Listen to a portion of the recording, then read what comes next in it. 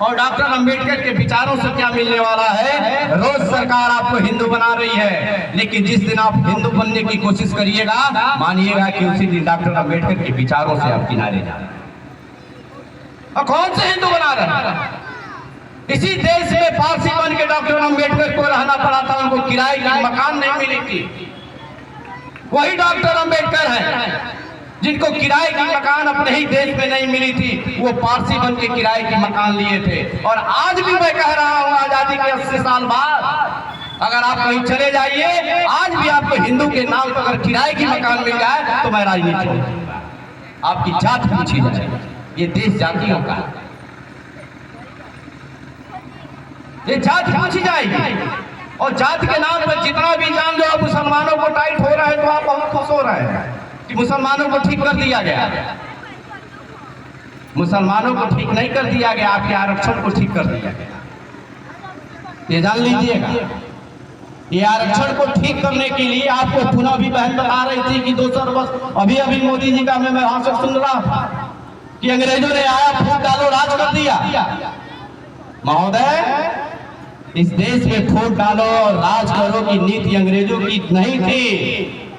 उस नीति को बढ़ाया जिस नेता ने हमको दक्षिण टोला में बताया था। अगर आप हिंदू थे तो आप बताइए, दक्षिण टोला में चमरौटी क्यों थी, बमनौटी क्यों थी, हरिजन टोला क्यों था, तेली टोला क्यों था, कुशवाहा टोला क्यों था, कुशवाहा पासी टोला क्यों था? सब तो हिंदू थे। तो बताओ ना, इस देश में कोई एक भी टोला बता दो जो हम देखते हैं कि जहां रखा हो कि हिंदू टोला। हिंदू टोला नहीं था, जातियों की टोले।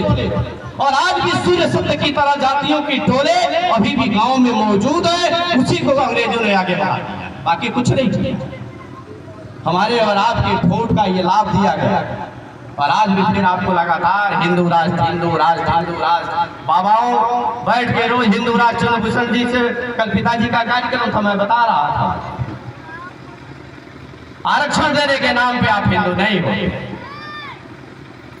EWS का अभी एक रिपोर्ट मैं पढ़ रहा था टाइम्स ऑफ इंडिया में कि जो लोग 8 लाख के नीचे की आबादी के लोग हैं, उनको EWS में आर्थिक आधार पर कमजोर माना गया।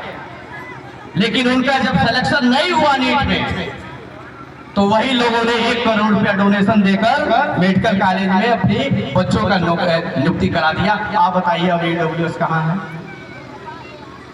1-1 करोड़ रुपया डोनेशन दे के आप नौकरी ले रहे हैं।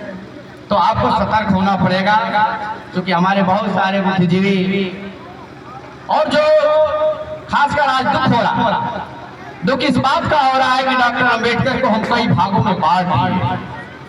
कोई भगवा अंबेडकर मना लिया, कोई समाजवादी अंबेडकर मना लिया, कोई बसपा का अंबेडकर मना लिया, कोई बहुजन का अंबेडकर बना लिया, कोई सवर्ण अंबेडकर बना लिया।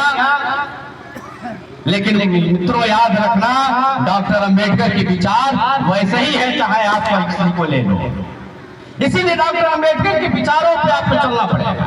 और मुझे दुख है इस बात का, जो नौकरी पेशे वाले लोग हैं, जो आरक्षण के नाम पे, डॉक्टर अंबेडकर के नाम पे, फूलों के नाम पे, मान्यवर काशीराम के नाम पे जो लोगों ने नौकरियां ले लिया, आज उन्हीं लोगों से पूछिए कि डॉक्टर अंबेडकर के नाम पे कार्यक्रम हो रहा है तो रामनिवास जी को कुछ पैसा दे दिया जाए तो शायद रामनिवास जी भी परेशान हो जाएंगे, कार्यक्रम कैसे होगा। बड़ी दिक्कत। एक आदमी पे चुन के, एक IAS आदमी गया, पढ़ा लिखा तो IAS तो सबसे मजबूत होता है, बताया गया बौद्धिक रूप से।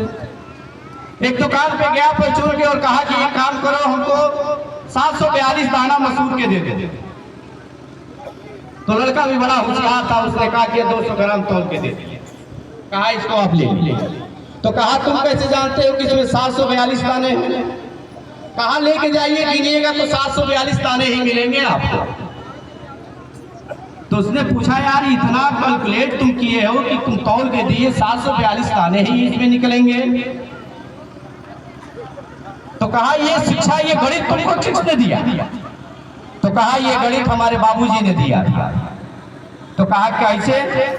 तो कहा 1 किलो मसूर के जब दाने को तौला तो 3170 दाने इसमें से निकले थे, तो 200 ग्राम तौल के दे दिया, हिसाब किताब बराबर हो गया। तो उन्होंने पूछा, यार वो क्या करते थे? कहा था वही काम वही करते थे जो आज आप कर रहे हैं। यानी जो आप फालतू काम करते थे वही काम हमारे पिताजी भी किया करते थे।